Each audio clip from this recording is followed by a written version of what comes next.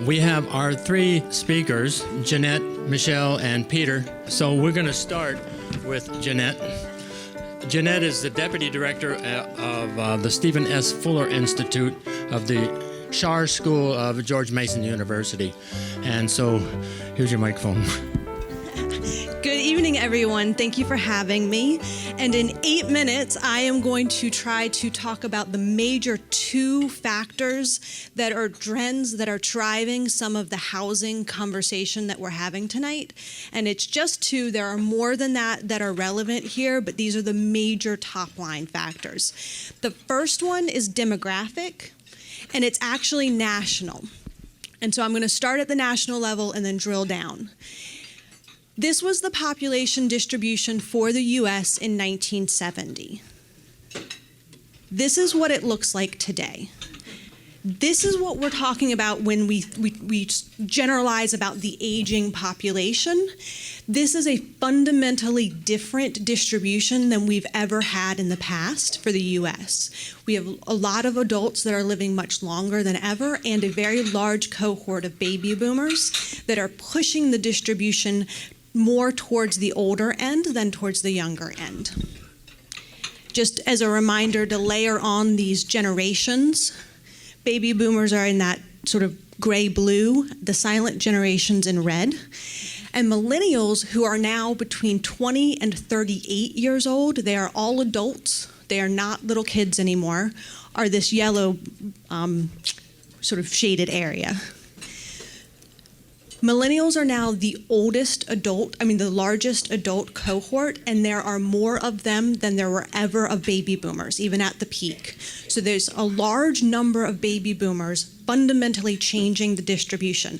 And this is this distribution looks very similar in the Washington region and in almost every major metro in the US. So this is mirrored throughout all of our little microcosms in the US. And in the past 3 years, what has happened is the number of millennials, the largest adult cohort, that are actively looking to buy or are trying to get into the home ownership market has increased from 33% to 45%. There are more than 85 million millennials, almost half of whom now want to buy, and this trend has happened in 3 years. That seems really, really fast, but it's a demographic trend. Millennials are now trying to move into the next stage of their life, and that usually involves home ownership.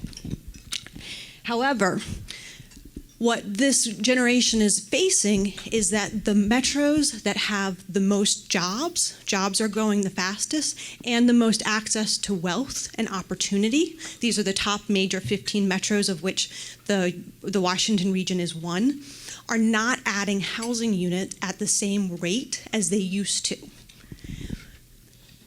That has been combined with the fact that we have a large cohort of older adults that are primarily aging in place. So this is, again, the Washington region.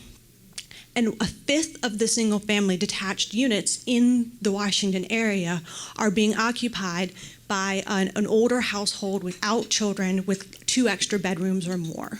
So this is a fundamental difference between what we are experiencing right now compared to even 10 years ago. These units are not in circulation. They're not transitioning, they're not turning over. So there's a large shadow stock of housing units that are being locked up, which is great. We like to retain our older adults. They're a fundamental part of our society. However, it has completely different implications for the housing market and the ownership market in particular. So the first trend is that the demographics right now are favoring a large number of millennials that want to own but don't have access to the housing stock to create that next step in their life cycle. And so what we're seeing is actually large metros are not retaining their young workforce as well as they retained their Gen X and their baby boomers. They're leaving. They're moving to smaller metros and metros that are adding housing units. The second major trend for housing is economic. There's been an erosion of middle wage jobs. This is nationally, but this is the Washington region chart. And so you can see that the wage distribution has been pulled apart. This gets amplified at a household level because households tend to form with similar skill sets. So people tend to couple with like people, and it pulls this distribution apart. This is putting pressure on the designated affordable housing side. So the first trend is demographic, about all of the main drivers of need from that end. This is economic, and it has to do with what the need is at the very low end. And so for the Arlington County, what this means is it creates a slightly U-shaped distribution of housing demand going forward through 2040. This is from the 2015 Affordable Housing Study. I did these forecasts and I resliced them again for this presentation. So I think you see a couple people still looking. It's this slightly U-shape, and this is because of economics. This is what the ultimate forecast of demand looks like, and this unit total has been capped based off of the supply that was forecasted at the time. And the cap here did not take into account the excess demand that was in the model. The model had more demand than this. And what ends up happening when there's more demand than there is supply is what we've been seeing for the past 20 years, which is essentially that it filters, housing acts as a sorting mechanism. We talk a lot about sorting in the political scheme, but it also sorts economically and income-wise. And so Arlington County is home to a disproportionate number of high earner households. That's the 120% of AMI compared to the rest of the Washington region, and it underhouses the lower income brackets. This is part of this extended trend of what happens. There, I can show you this is not the same for all jurisdictions, and I think the argument is there's a argument that Arlington County is a geographically small and it has high land values. So this is going to constrain what the county can do on this side.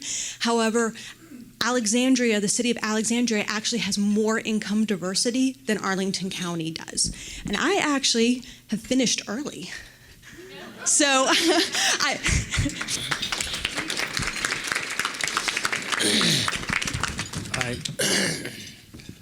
Thanks, Jeannette. That was a quick trip, wasn't it? Yes.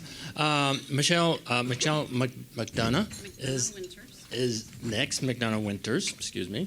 She's the executive director of the Alliance for Housing Solutions. Okay, so my name is Michelle Winters. I'm the executive director of the Alliance for Housing Solutions. For those of you who are not familiar with AHS, we are an organization that's been around since 2003. We were created by several Arlingtonians, people, individuals and organizations that were very concerned about Arlington becoming a place where only the wealthy could afford to live. And so we've been working since 2003 on policy, public education, advocacy, and what we call innovation, bringing new ideas into the conversation. And so what we do not do is we don't develop housing, we don't own housing, so we don't kind of have a dog in that fight, although we do work very closely with housing providers and service providers. So what I'm going to talk to you about tonight is some of those great ideas that we're trying to bring into the conversation in Arlington. These are very exciting ideas. And some of them you might have heard being referred to as happening in other happening in other places. And one of the things that I'll say before I get started is, while there may be things happening in other places, Arlington will do things its own way. And so we bring people in, we learn about what people are doing, but Arlington will always do it its own way, right? So when we talk about housing affordability, I like to divide the slide into two halves.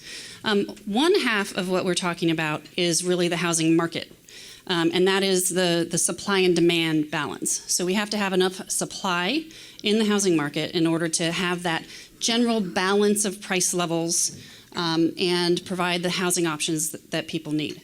If that's out of whack, you guys probably took economics in school, When supply and demand are out of whack, the prices go up. So we have been seeing that happening.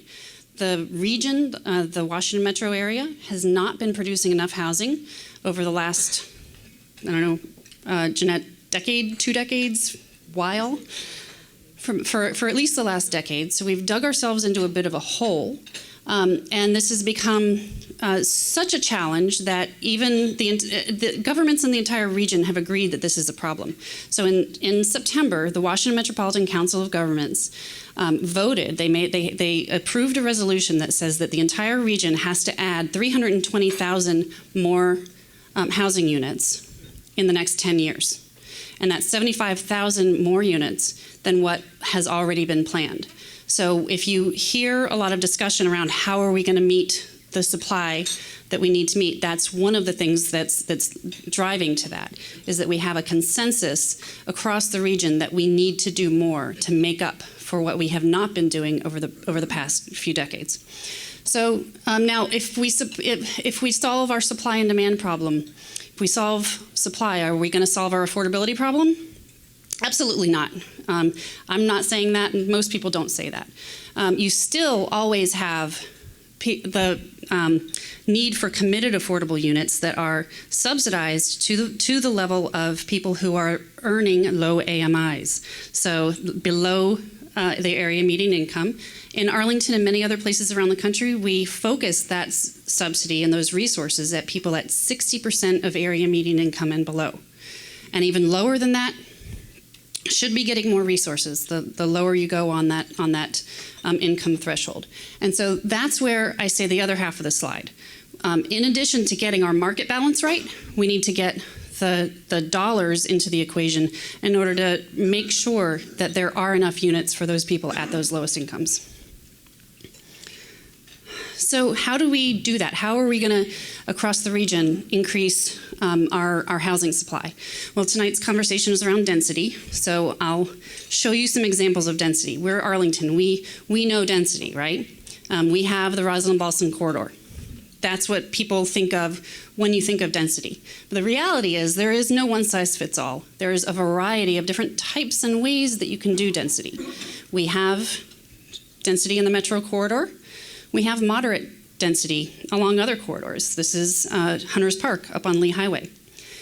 Now, this is where the ideas are coming in. We have other options as well. We have something that's called missing middle housing, and I'll talk to you a little bit more about that.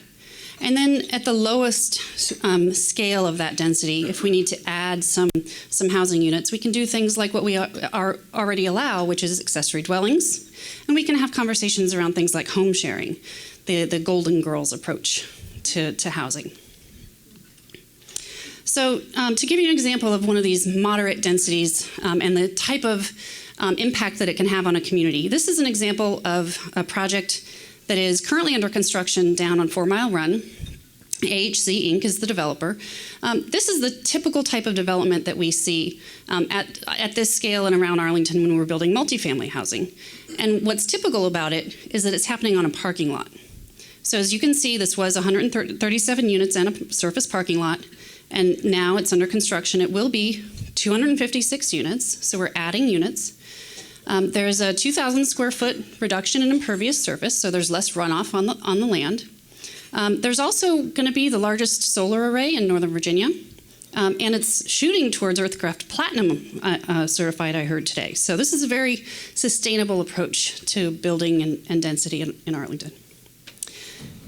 But digging a little bit more into that missing middle housing that I brought up before.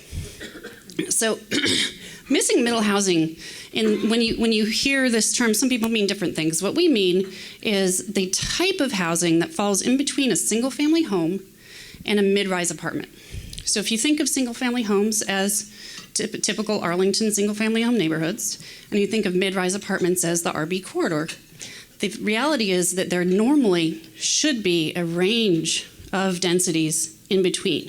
And we have a few areas in Arlington that have that range, but we could have a little bit more. And so what is missing middle housing? Well, some examples are on the far right. It's an example of a cottage neighborhood. For example, you might have heard about this happening in Falls Church. They were the first in the region to allow cottage neighborhoods. So these are small cottages clustered around open space like a park. Duplexes to fourplexes. This is a very typical missing middle housing type. This is typically mistaken for a single-family home. And then there are some examples of somewhat larger, small multifamily where they can fit. So the characteristics of missing middle housing, one of the most important, if you do this right, is that it blends very well into single-family neighborhoods. And like I mentioned, those 2 to 4 unit buildings are often mistaken for single-family homes. They look just like it. And so the idea is that right now, what we have happening is our old housing stock of 1,200 square foot homes are being demolished, and we're getting 5,000 square foot homes in their place. So the idea here is, instead of building that one home for 5,000 square feet, we take that same building and allow four people, 4 units to exist in that space, or 2, or 3, or 4.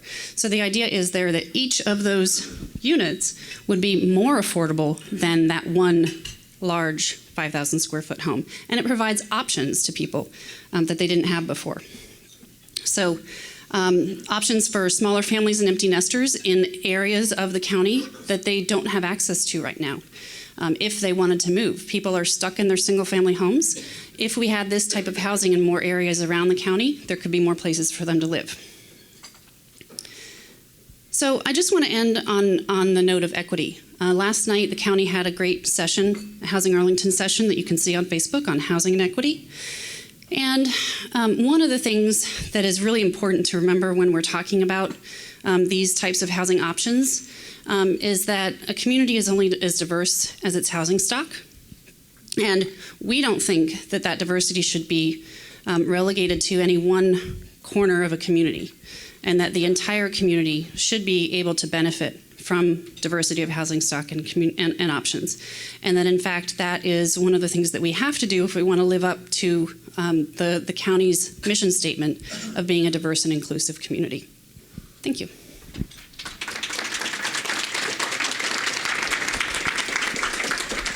Okay, well, we have Peter Rousselot coming up now. Thank you. Thank you very much. Thanks to the Committee of 100. My name's Peter Rousselot. I know a number of you in this room. I'm a 22-year Arlington resident. I write an opinion column for arlnow.com every other week, and I'm the former chair of the Arlington County Democratic Committee. I've served as the chair of the Fiscal Affairs Advisory Commission to the County Board and served on a number of other citizen panels around the community. We're talking tonight about the need for affordable housing in the context of a situation here in Arlington in which we have already authorized 60,000 more people to come to Arlington based on our current zoning and current development. That's a huge number of people. There are people who are coming no matter what. The county board and other activists in the community have talked about the possibility of liberalizing our zoning rules and regulations to increase way above that the number of people who can come and live here. But as this slide shows, and you all remember, we had a huge flood in July, and we had a huge flood a year ago in July, causing millions of dollars of damage to our public infrastructure and our private infrastructure. And that's before the 60,000 additional residents take us from 226,000 to 286,000 by 2040. So as we see the context in which we're going to talk about this tonight, what we're asking ourselves is, what is going to be the impact on our infrastructure, on our schools, on the flooding problems that we've seen, if we suddenly completely liberalize even more and allow much more different kinds of housing in different neighborhoods before we can take stock of and decide whether we can really deal with the development that we've already authorized. We are in an area that is prone to flooding, as this slide shows. And as you all remember, a few days ago, we had a catastrophic water main failure that caused tremendous dislocation here in the community. The water main that broke was almost 100 years old. It had been rehabbed since then, but it caused a tremendous problem, and it's an example of the pressure that additional population is putting on our infrastructure. As we see it, some of the impacts of this accelerated development beyond what we're already authorizing are going to lead to tremendous pressures on our budget, including higher taxes and cuts in vital programs. The increased speculation that's associated with this additional potential development can actually increase the problems of housing affordability. And what we see in terms of the impact on flooding and our natural environment are things that you've all experienced just in the past July and experienced again with the catastrophic break of the water main. What's driving this push to much further liberalize the density that we already have and create an Arlington where we may go beyond 286,000 people up to 325,000 or more? Part of it is the pressure on housing prices that the earlier two speakers discussed. Part of it is the arrival of Amazon. And part of it is kind of trendy. We see other communities experimenting with the potential of doing things like eliminating single-family zoning. At the beginning of this year, all of our county board members in one way or another signaled their interest and desire to substantially increase the authorized kinds of zoning that we already have in Arlington. Katie Crystal, in her speech to at the organizational meeting in 2019, talked about it as making room to accelerate Arlington's population growth and described it as a top priority. And she said the county would be initiating studies of many different options to pursue the goal of accelerated population growth, meaning, again, population growth beyond the 285,000 that's already forecast to come here with no zoning changes whatsoever. So our belief is that before we green light this additional accelerated density at a time when we're facing these great difficulties with respect to the infrastructure that we already have, when we're experiencing enormous pressure on APS, where we have no plans really to locate many of the additional schools that we're going to need to locate, and we have an elementary school seat deficit of 2,500. Before we green light all this additional density, we should take a step back and perform certain kinds of studies. We think we need a cost-benefit analysis of this kind of additional accelerated development. We think we need from the county board a 10-year operating budget so that we have an opportunity to see how this increased accelerated development might look, what additional revenues it might bring, and what costs it might bring. We think we need to do a very careful cost-benefit analysis of the different kinds of housing options that are being described so that we really have clear evidence, for example, that some of the proposals, for example, to eliminate single-family zoning and permit multiple different kinds of units in neighborhoods that now are zoned single-family only, will really work in practice and will actually be a net plus rather than a net minus. A study done by the Fuller Institute in connection with the arrival of Amazon showed that for each new resident, Arlington County has a net negative impact on its budget of $850 per resident. This is a serious issue. It doesn't mean that we don't welcome our new residents, but it does mean that we need to carefully look at this before we green light the population growth beyond the 60,000 who are planning to come here without any changes in zoning or additional density above what's already planned. And we also believe that we need a comprehensive watershed plan, such as the one used in Westchester County, New York, that analyzes the impact on our different watersheds here in Arlington and creates for the first time a plan to deal with the catastrophic flooding that we have suffered for 2 years in a row. We think these are sensible suggestions and that we should follow them.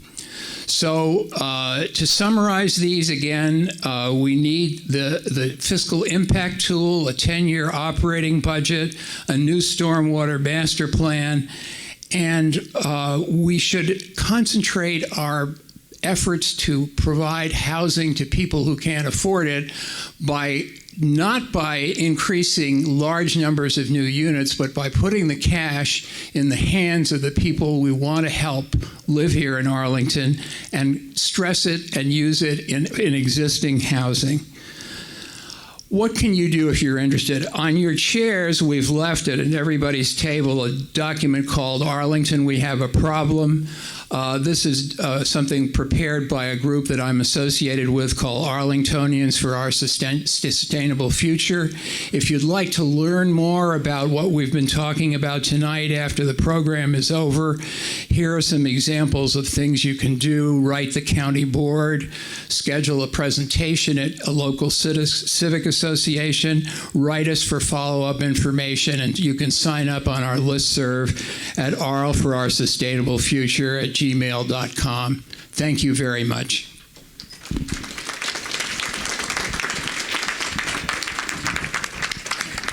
When you have a question, line up here, and we will share the microphones with you questionnaires and you answerers. Catherine. Hi, yes. I understand about the housing and concerns about the housing and when will Arlington be too big. But my question has to do with economic development. And that's what I thought I understood from what you were saying, is that, okay, well, that's my question. What about economic development?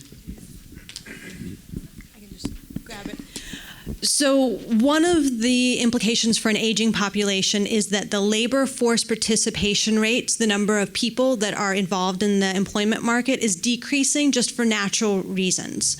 And what that means is that on a population per job ratio, you need more people to sustain the same base level of jobs than you did before. And those people like to live in homes, and so usually that means you need more households. If you don't have more households in the community, usually you end up with more long-range commuters coming from farther flung areas. That's just the traditional pattern. That's where the housing units are for those new households. Yes. So what our approach to the question on economic development is, what we would like to see the county do is to share with the community a series of different economic development scenarios based on different amounts of population and different kinds of zoning patterns, so that we can see the costs and benefits of a simple number of alternatives and verify and check what those costs and benefits are before we plunge forward and authorize additional population growth beyond the current land use and zoning patterns that we have now. Piggyback real quick. So 65% of the households that currently live in Arlington County do not have a job in the county. 65%. So about almost half of the working households in the county have a job outside of the county in DC or Fairfax. That means that limits the effect of what Arlington can control when it comes to economic development, because it's being influenced by the larger jurisdictions next door. And I'll just bring up the one component of economic development that's often overlooked, which is the backbone of the community that needs to be there whenever the bigger jobs are brought in. So the service workers, the retail workers, the teachers, the baristas, the parking attendants, all of those people still need to work in our community. They need to serve our community, and they make our community better.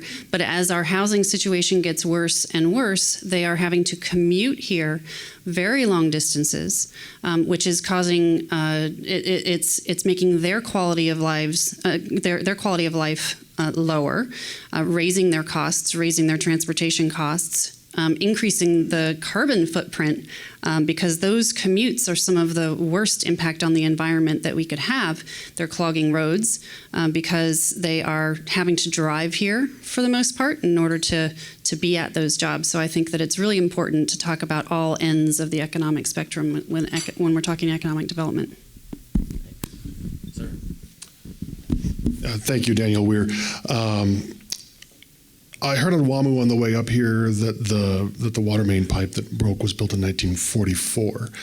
That's when Arlington and a lot of communities across the country were beginning to experiment with this historically unprecedented single-family housing zoning model, right? A model of housing that was very undense, and that cost a lot of money to build infrastructure.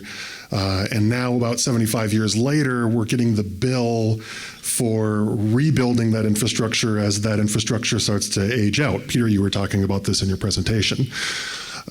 I guess I'm curious, given that so many communities across the country are finding that that single-family zoning never was going to generate the kind of property tax revenue necessary to pay for the piper's bill for those infrastructure replacements and developments.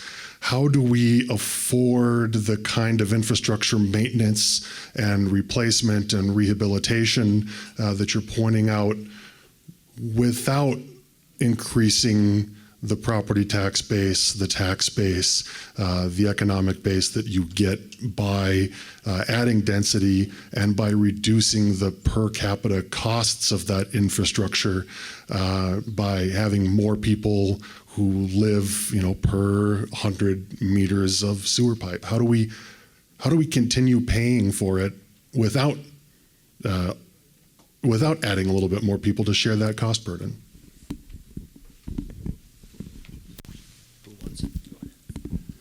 So I think the answer is that we are already expecting 60,000 more people coming to Arlington before we do any changes in our zoning.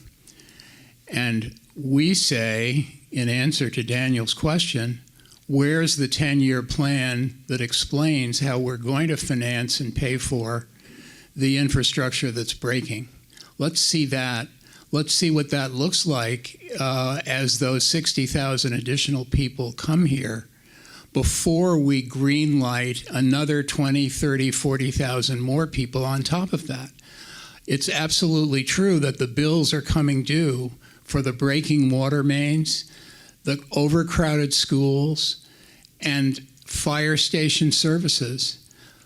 Let's see how we're going to pay for those bills with what we've already got. If there are proposals of people who believe that the only way to pay for it is by going from 280,000 to 320,000 in Arlington, let's see the projections on that. Let's see the operating cost projections, and then let's have a community conversation about what Arlington prefers to do. So I'd just like to point out something about how things get paid for in Arlington. You guys are familiar with the tax base split between commercial and residential. All of these residents that will be coming here are coming here because of jobs. They're not coming here on their own. Like Jeannette says, this growth is happening because the job base has to grow. So we know that those jobs, when they're located in Arlington, pay for things. So I just want to point out that when you look at costs of people, you also have to look at the benefits of people and jobs, and that these things go together. Thank you. So since the Fuller Institute number is mine, I'm going to speak a little bit on that. Arlington has the luxury, as Michelle was saying, of offsetting the costs for our residents using our commercial property base. That's by design. And I think that we could design a budget that had residents be revenue neutral. As a resident, I think that's a bad policy, and I like the one we have.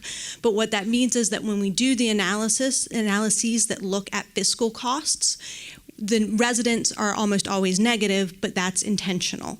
The second piece is that we, by design, charge higher marginal tax rates to new things to offset the costs on existing.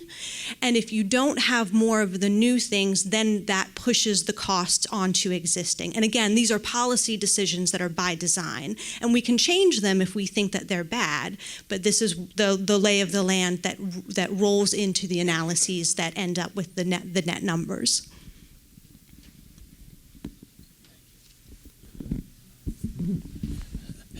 Eric, is there anything to add here? Eric is spearheading this process, these thoughts, questions with the county board.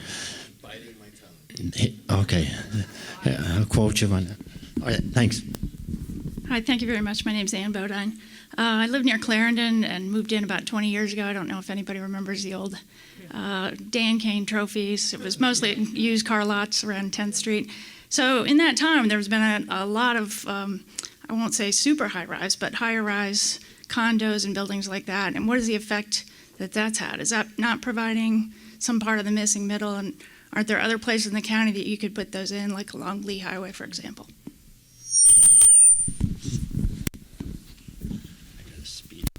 Sure, I know that Jeannette probably has something to say about this as well. So from what I understand, the amount of, particularly the rental housing that we have been adding has actually moderated rent growth in our area. Again, I'll ask Jeannette to address that specifically. And then speaking of Lee Highway, I didn't do a full introduction of myself. I serve on the Lee Highway Alliance board. I'm on the community forum for the Lee Highway Planning Initiative. And yes, Lee Highway is going through a re-envisioning and a replanning process right now, and it will be an opportunity to provide some of the density, like the example that I talked about on the parking lot. I think that's a perfect example of the type of thing that could happen on Lee Highway. There's a lot of parking lots that could potentially turn into something more beneficial for the community. So Arlington, since 2000, the fastest growing housing unit type has been multifamily high-rise. The majority of these are small units, and they cater to 20 to 30-year-olds. When you look at the demographics, though, the fastest growing age cohort has been 55 to 74-year-olds. That has accounted for a third of the population growth in Arlington County since 2000, and it's not because of changes in the housing stock, it's because of changes in demographics. But the housing increase in multifamily hasn't actually been enough to keep up with the baseline share. And so that's sort of part of the answer to the question. The second part is about missing middle. The missing middle driver is different than the construction piece. This is the demand side, and it's coming from the changing life cycle of the older millennials that are trying to gain entry into the ownership market. And for a lot of reasons, for financial reasons on the millennial household income side, and because of built space environment reasons on the unit side, often are looking for smaller units, and they're looking for things that have lower price point entries as opposed to the McMansions. And just to add a little bit onto that the condo stock that you're talking about, if you look at the data on it, again, very small units for the most part, for individuals, maybe when a family gets started, but as soon as they add the first child or the second child, they want a different place to be. And so that's one thing. The home ownership drive that Jeannette pointed out, They want those starter homes, and Arlington is losing its starter homes. I mentioned the old 1,200 square foot homes that many of you probably started in. Those are dinosaurs. They're being snatched up, knocked down, and replaced with anything but starter homes. And so the idea of this missing middle housing is that for Arlington, a new kind of starter home could be a unit in a fourplex, because that's what's more affordable. Well, there are a lot of moving parts to making decisions around this, and Peter alluded to a fiscal planning tool, the Tischler Base Fiscal Impact Tool.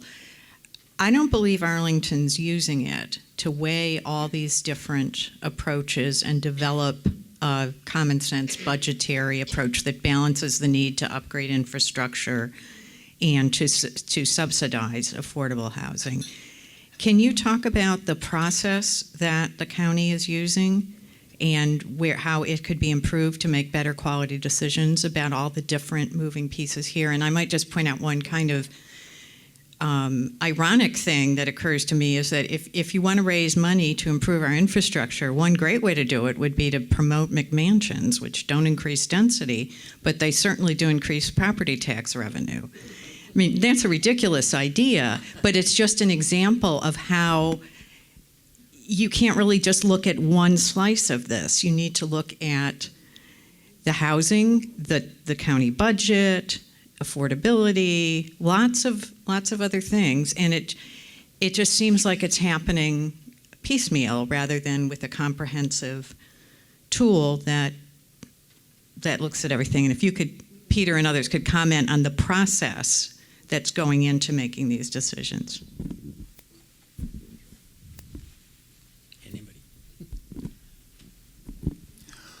Well, the premise of your question is correct. Arlington is not using the Tischler Bice or any other fiscal impact tool currently. All of our neighboring jurisdictions, Falls Church, Fairfax, Loudoun, are using tools like these. And these are tools that are used to assess the benefits and costs of large new development projects. We believe Arlington should be doing that. Others in the community have called for things like this for several years. Our calls have not been heeded. When we're talking about major fiscal impact decisions like the ones we're discussing tonight, some of the suggestions that Michelle and others have made, we believe that those decisions should be measured by tools like this so that you in the community can see the potential benefits and the potential costs and decide for yourselves whether it's on balance a net plus or a net minus. So again, a lot of this is by design, and so we can design our fiscal models to be whatever they want to be. Always having more tools is always better than having fewer tools, but when you think about how the current policies are designed, households, especially households with lots of children, are usually some of the most expensive. They typically live in the McMansions. They have more bedrooms. That's where they go. The least expensive type of housing is usually the 20-year-olds in multifamily high-rises that are paying $2,000 rents because they don't need any services from the county. So just there's a spectrum to this as well. Retirees, we tend to subsidize a little bit because of a lot of policy decisions on that front. So they tend to be a little bit more expensive as well. And so if we're trying to design a community that's has the highest ROI, I don't know that that's an aspirational goal, but we could do that under the current rubric, or we can try to rethink what we want to be as a community using a different approach. I'll pass it on. Mr. Bill.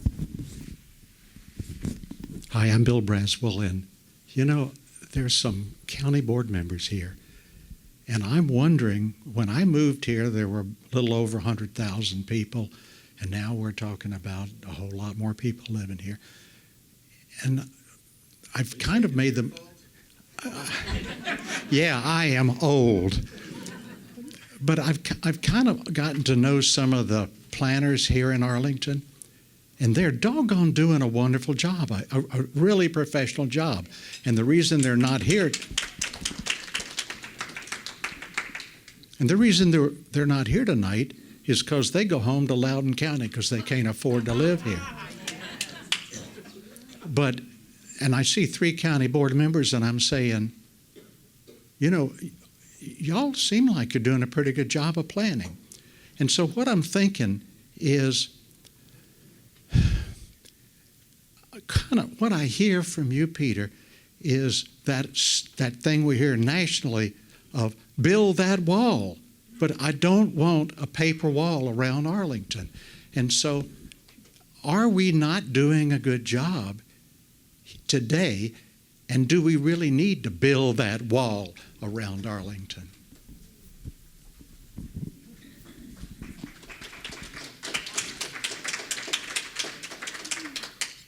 We don't need to build a wall, and we don't need to build a moat, and we already have green-lighted 60,000 more people coming to Arlington. So the idea of a wall or a moat is basically not going to happen, and I don't think any of us in this room want it to happen. What we do want to have happen is to now utilize some of these more modern financial planning tools to assess and decide for ourselves how fast we want to grow, how dense we want to get. The planners that Bill referred to are people who are expert in land use planning. What's been missing and what we need to get now is the fiscal planning for that housing growth and the fiscal planning for the enormous environmental costs that we're facing as a community as a result of climate change and increased flooding. So I am not a fiscal impact expert, but I have looked into various types of fiscal impact tools over time, and in particular this Tischler-Bice tool. And one of the things that I've seen, and again, every case is very specific to that case, but I have seen even Tischler-Bice say generally that walkable, transit-oriented mixed-use development tends to be the most revenue positive. And so I'm not really afraid of those tools. I think that the type of development that produces the housing supply that we're looking for would come out very well. Yeah, so I am going to respond to some of the pace of growth piece. Between the 60s and 90s, growth control policies, linkage fees, and all of the increased marginal tax for the new stuff was the predominant planning theory in order to try to clamp down on some of this growth. So what we're seeing right now is actually the product of 20 or 30 years of intentionally trying to pull back at the pace of growth. And so for those of you that are saying that maybe where we are right now isn't what we want to be, then we can actually look at the policies that got us here. And if for those of you that like where we are, then obviously those policies are working. So I just want to lay that out there as just thinking conceptually.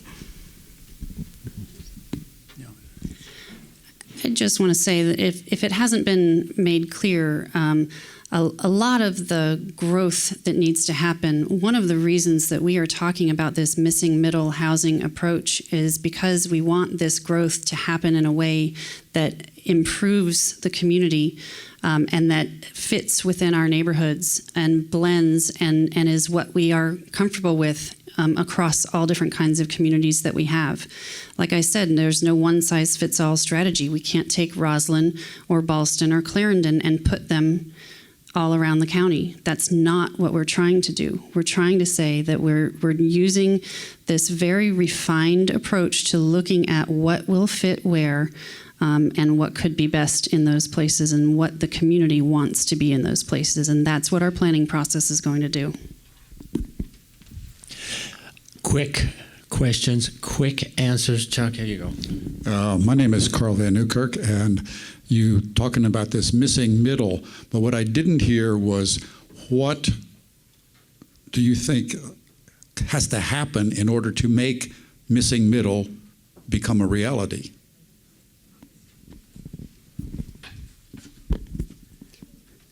Zoning. That's an easy answer. A lot of analysis, because we're Arlington and we love analysis. So, my organization has often complained about the slow pace that it takes to do things. I think in this case, we are on a path that will take us a little while, but I think it'll get us the answers that are right for our community. Next year, the county, this is just something that I know about. I don't work for the county. The county is starting a study on missing middle housing. They want to know how it could work, where it could work, what it should look like. We are working in the Lee Highway Alliance, my organization in partnership with the Lee Highway Alliance, on doing some more public education around this, maybe doing some paper pilots so that we can get some designs for everybody to look at so that they're comfortable with it. And this will be a very engaged community process. So we engage with the community, we understand what the community wants and needs, and then we make some proposals. But right now we don't have any specific proposals. We're still in the engagement phase.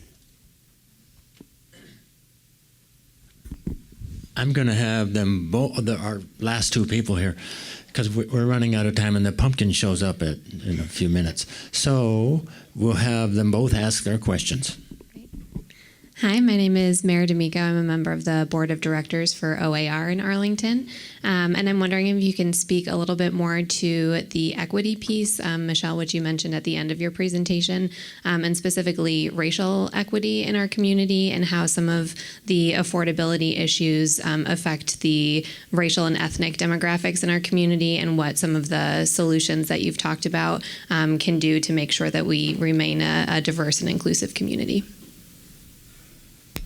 Hi, I'm Liz Grossman, and I'm just wondering, if affordability is an issue, how do we get the county to change policy so that, for example, a recent development that was approved in Crystal City, 19 stories with only 12 affordable units. If affordability is the issue, shouldn't there be more units that are affordable, and how do we get the county to change that? OAR and affordability with Okay, so I'll take a whack at some of these really quickly. Equity is a huge issue. Some of you may be familiar with the history of Arlington County. We have grown as a part of a suburbanization that occurred in the 20th century, but at the turn of the 19th century, Arlington was actually about 35% African American. And those African Americans lived in 12 or 13 different communities around the county. And over time, as the whites moved in and suburbanized Arlington, they pushed the African Americans into what now are 2 to 4 neighborhoods, depending on how you count. And during that process, we built walls to separate the African Americans from the white communities. We put in racial covenants into our single-family homes that say that nobody but a Caucasian can own, rent, or occupy that space. If you're not sure, go look at yours. And even our garden apartments were segregated whites-only apartments. And all of that started changing only as recently as 1968, when the Fair Housing Act was passed and most of those things became illegal. So it is a very recent memory that Arlington was a very excluded place that was not welcoming to African Americans, except for the ones that were already here when the rest of us moved in. And so we have that history to wrestle with. Now, so in the past, that exclusion was regulatory or covenant. Now it's price. My organization has currently one African American board member. She worked for AFAC, the Food Assistance Center. She was looking for a place to buy, and she bought in Maryland. So this is the situation that a lot of people are in. So that was the equity piece. I can't even remember the other question. So I'd like to combine the answers to the OAR equity piece and the affordability piece. The way we're not going to solve the problem is by creating giant new multi-hundred unit buildings at market rate with only a few affordable units in them, the question that Liz was asking about. The way we can solve the problem is by deciding as a community which categories of people who can't afford to live here now we would like to subsidize and enable to live wherever they want, and by trying to direct as many of our affordable housing tax dollars and put them directly in the hands of the people we want to live here who can't afford to live here, and encourage them to live with that extra tax dollars and money from us wherever they choose to live. So I'm going to do two things. Firstly, building equity in a home is the easiest path for wealth, and so home ownership is the traditional path towards that. And being able to provide access, as Michelle was saying, to a variety of income bands on the home ownership side is usually one of the most effective ways towards closing the racial household income gap. The second piece is how we get more affordable units on the ground, and there's a trade-off between what kinds of extra costs we add to the new development and how that gets monetized into the other units there. So those 12 units are being subsidized by the other units that are in that building, driving up the rents in the other units. So that's pulling apart that income spectrum, and we might say that that's what we want, but usually the more units you put, the more designated affordable units you require from the private sector developer, the higher up those other market rate rents will go. So they're just trade-offs that need to go into the consideration when thinking through this. I have a whole lot of questions to ask you, but time is out, and we get to convene again next month.